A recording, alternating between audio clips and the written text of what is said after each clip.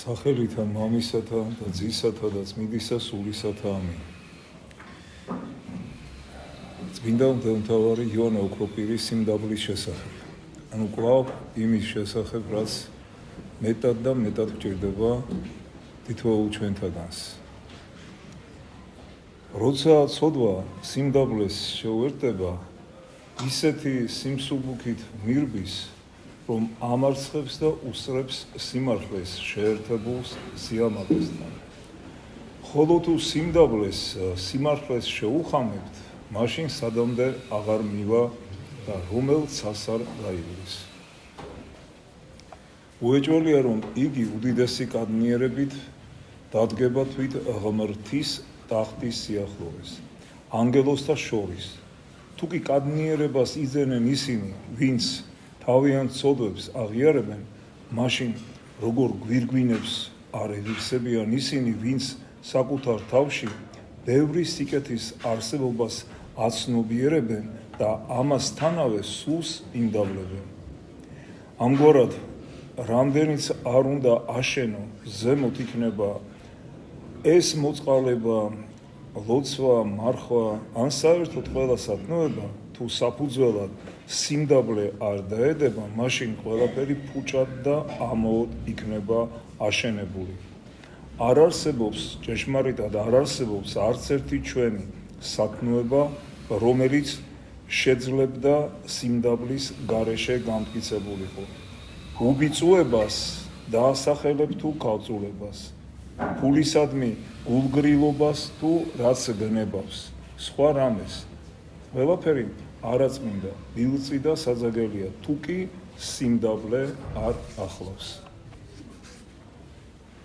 აი რატომ ჩადო ღმერთმა ადამიანის შექმნასა და შექმნისას ქმნილებაში მაღალი ძალებიც და ბევრი დამამდაბლებელიც, რათა მინიჭებული ძალით შემქმნელის მადლი მოწიწებით შეეცნო, ხოლო დამდაბლებით ადამიანური თვითდაჯერება დამცხრალიყო.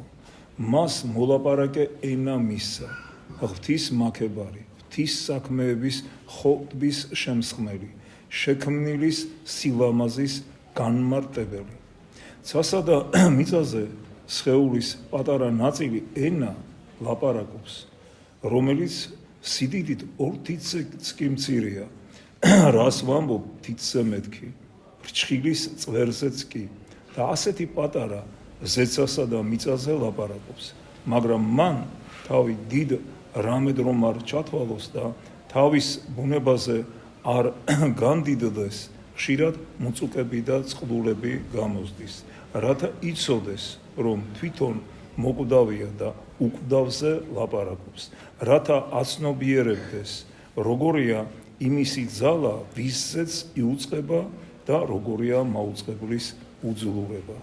ღმერთმა ადამიანს თვალი მისცა, ეს პაწაწინა მარცვალი, რომლიდანაც იგი მთელ ქმნილებას ხედავს, მაგრამ რათა არ გაამაყდეს, როცა მზერით მოიცავს მთელ ქმნილებას, ხშირად თვალის სნეულებები ჩირქდენა, ცრემლდენა და ბევრი სხვა რამ ემართება, რაც მზერას ბინდავს, რათა უძლურებისაგან თავი შეიცნოს, ხოლო მოწყობისაგან მხატვრის პატივისცემა ისწავლოს. გავიაზროთ ჩვენი ცოდვები, შევიცნოთ ვინ ვართ, ეს ჩვენთვის ყველაფერში თავდაბლობისათვის საკმარისი მიზეზი იყოს. ჭეშმარიტად ყველაზე მეტად საკუთარ თავს ის იცნობს, ვინც მას არაფრად მიიჩნევს. არაფერი ისეთი სასიამოვნო არ არის ღმრთისათვის, როგორც ის, რომ თავს უკანასკნელთა შორის ვთვლიდეთ. მოდით, ამბობს უფალი, ისწავლეთ ჩემგან, რამე თუ მშვიდ ვარ და მდაბალ გულით, ანუ ჩემგან ისწავლეთ, რადგანაც მე მშვიდი და გულით მდაბალი ვარ. თავდაბალი რომ არ ყოფილიყავი, მაშინ მე მეფის ძე, განა დედად მონას ავირჩევდი. თავდაბალი რომ არ ყოფილიყავი, მაშინ მე ხილული და უხილავი ბუნების შემოქმედი, განა თქვენთან მოვიდოდი. თავდაბალი რომ არ ყოფილიყავი, მაშინ მე ყველა ქმნილის სიმდიდრის მფლობელი, განა ღარიბ ბაგას მივიღებდი. მე რომ თავდაბალი არ ყოფილიყავი, მაშინ განა გასაროსგად ზურგს მიუშვერდი, უფრო მეტიც აღარაფერს ვამბობ, უფრო მნიშვნელოვანზე, თავდაბალი რომ არ ყოფილიყავი, მაშინ მე ვისაც არაფერი მართებს, მაშინ როცა სხვები უნდა დატანჯულიყვნენ, განა მათ ნაცვლად სიკვდილის ვალს გადავიხდიდი. მე ისეთი თავდაბალი ვარ, რომ შენ როცა შესწოდე, გაროზღვა მე მივიღე. ისეთი თავდაბალი ვარ, რომ არ მრცხვენია საკუთარ მონებს ვებედრო, არამედ ვამჯობინებ ვთხოვ, რათა იძულებული არ ვიყო ისინი დავსაჯო. ამგვარად, როცა აზრად მოგივა თავდაბლობისათვის თავი შეიქო, დაფიქრდი, სად ჩამოვიდა შენი მეუფე და შენ აღარც გაიკვირვებ და აღარც თავის ქებას დაიწყებ. არამედ საკუთარ თავზე გაგეცინება კიდეც, როგორც ისეთ ადამიანზე, რომელსაც არაფერი გაუკეთებია. შენ ყველა ადამიანზე უფრო თავდაბალი ხარ, ამით ნუ გაამაყდები. სხვებს ნუ გალანძღავ და შენს ქებას ნუ მოხვები. შენ იმისათვის დაბალოდები, რომ სიამაყისაგან განთავისუფლდე. ამიტომ თავდაბლობის მიზეზით სიამაყეში თუ ვარდები, უმჯობესია არ დამდაბლოდე. ხოლო თუ კი ვინმე იტყვის, რომ უმჯობესია სათნოებით მცხოვრებნი ქედმაღლობდნენ, ვიდრე ცოდვებით დაცემულები თავდაბლობნენო, მას წარმოდგენა არ აქვს არც სიამაყის ზიანზე, არც თავდაბლობის სარგებელზე. იცოდე ნათლად, რომ ადამიანი, რომელიც სათნოებით ცხოვრობს, ამაყად თუ კი ეს საერთოდ სათნოებით ცხოვრებას ნიშნავს, შეიძლება მოულოდნელად სრული წარწმედის გზაზე დადგეს. ანუ ის, ვინც თავდაბლობით ამაყობს, ამპარტავნებს, მოჩვენებითი სიმდაბლით. მას, ვინც თავი დაცემამდე მიუშვა და ამ დაცემით თავდაბლობა ისწავლა, ადგომაც შეუძლია და ადრინდელი მდგომარეობის მალე აღდგენაც. ოღონდ კი მოინდომოს. ხოლო ის, ვინც სიამაყით გარეგნულად კარგად იქცევა, მაგრამ არავითარ ბოროტებას არ განიცდის, თავის ურჯულოებას ვერც კი შენიშნავს, ვერასდროს, არამედ პირიქით მხოლოდ ბოროტებას გაამრავლებს და აქედან უეცრად გავა ისე, რომ დაკარგავს ყველაფერს, რაც აქ არსებობს. მაგრამ რატომ ხდება, იტყვიან, რომ განსაცდელამდე სიმართლით მავალნი ხშირად განსაცდელების შემდეგ ეცემიან, მაგრამ სიმართლით მავალთ ზუსტად ვინ იცნობს, გარდა მხოლოდ იმისა, ვინც ჩვენი გულები შექმნა და ჩვენს ყველა საქმესში აღწევს. ანუ შეიძლება იფიქრო ადამიანზე, რომელიც გარეგნულად თავდაბალია, რომ რატო ემართება ესა თუ ის განსაცდელი. ივანე ოქროპირი ამბობს, შენ რა იცი, რომ ის თავდაბალია. ის მხოლოდ შეიძლება გარეგნულად აჩვენებს ასე, რომ არის თავდაბალი. შინაგანად როგორია და როგორ ცხოვრობს საერთოდ, შენ რა იცი. ხშირად ხომ მრავალნი, რომლებიც სათნონი გვეჩვენებიან, ყველაზე უფრო ბიწიერები არიან. ხოლო თუ კი ჩვენ ასეთ ადამიანებს მოვეშვებით და მართლაც სათნოებით მცხოვრებთ, მიუბრუნდებით, მაშინ ვინ იცის, როცა ისინი სხვა ყველაფერს სათანადოდ ასრულებენ, სათნოებათაგან მთავარი თავდაბლობა დაუდევრად ხომ არ აქვთ მიტოვებული. ისინი ღმერთმა იმიტომაც მიატოვა, რათა შეიცნოს, რომ ეს ღვაწლი მათ საკუთარი ძალით კი არ შეასრულეს, არამედ ღვთის მადლით. სიმშვიდე მხოლოდ იმას კი არ ეწოდება, როცა ვინმე ძლიერი ადამიანებისაგან წყენას მშვიდად იტანს, არამედ როცა უთმობს მაშინ, როცა ისეთი ადამიანებით შეურაცხყოფენ, რომლებიც მდაბლად ითვლებიან. შეხედე, ღმერთი როგორი კაცთმოყვარია და თავის მონებზე როგორ მზრუნველობას იჩენს. ამიტომ თუ გსურს თავდაბალი იყო, მაშინ ეს სათნოება არა მარტო სიტყვებით და გარეგნულად გამოაჩინე, არამედ საქმითაც და სიტყვითაც. ერთად თვინიერი, ხოლო მეორესთან კადნიერი ნუ იქნები, არამედ ყველასად თვინიერი იყავ.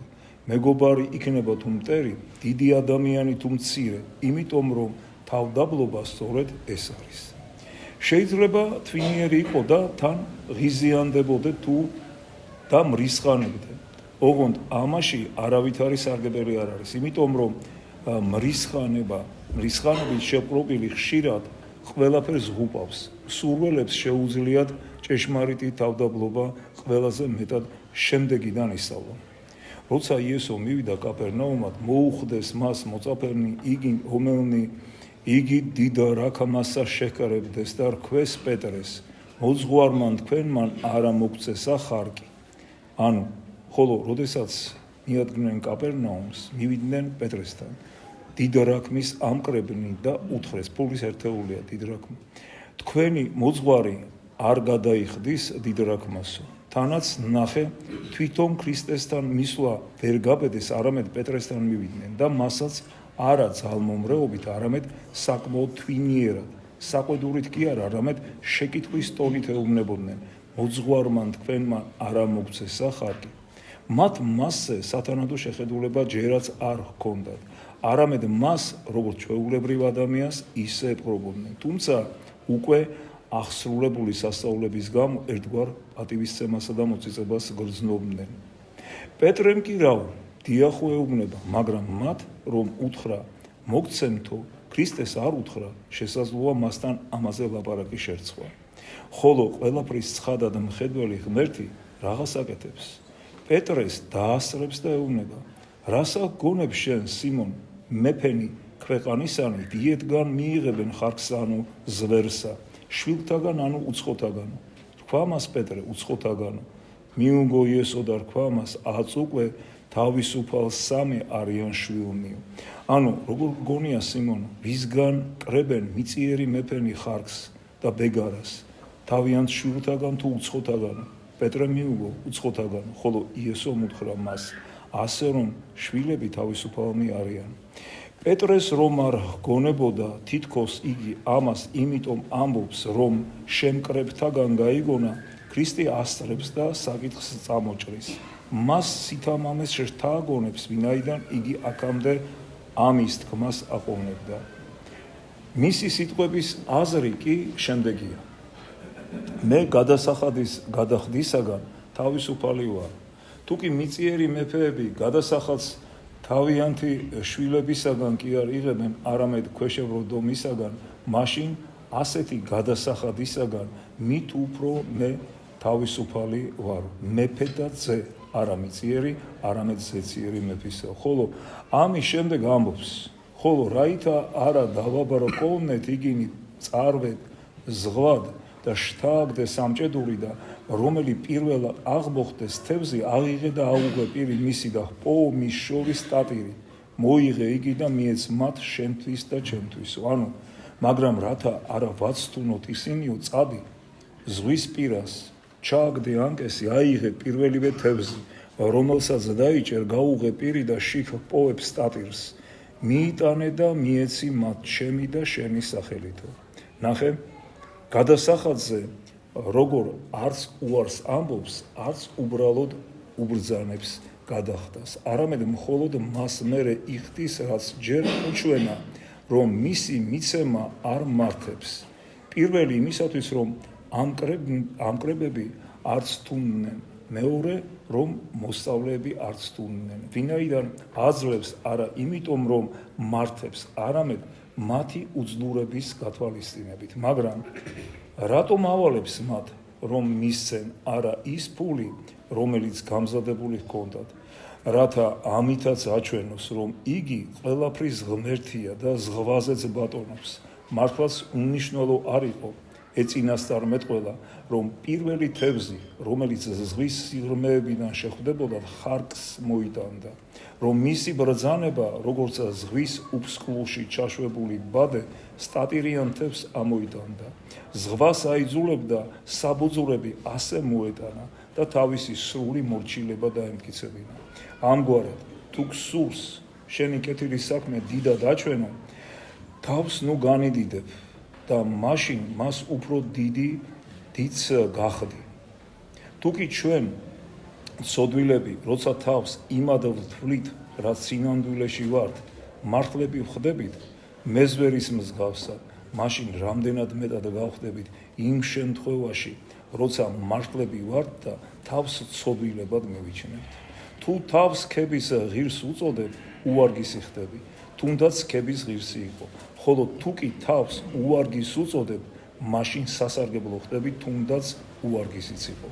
ჩვეულებრივ, როგორც ამაყებს ეწინააღმდეგება ღმერთი, ისე თავდაბლებს მადლს აძლევს, რომელსაც ჩვენის დიდება, პატივი და სუფერო აზდა მარადის და უკუნითი უკუნისამდე.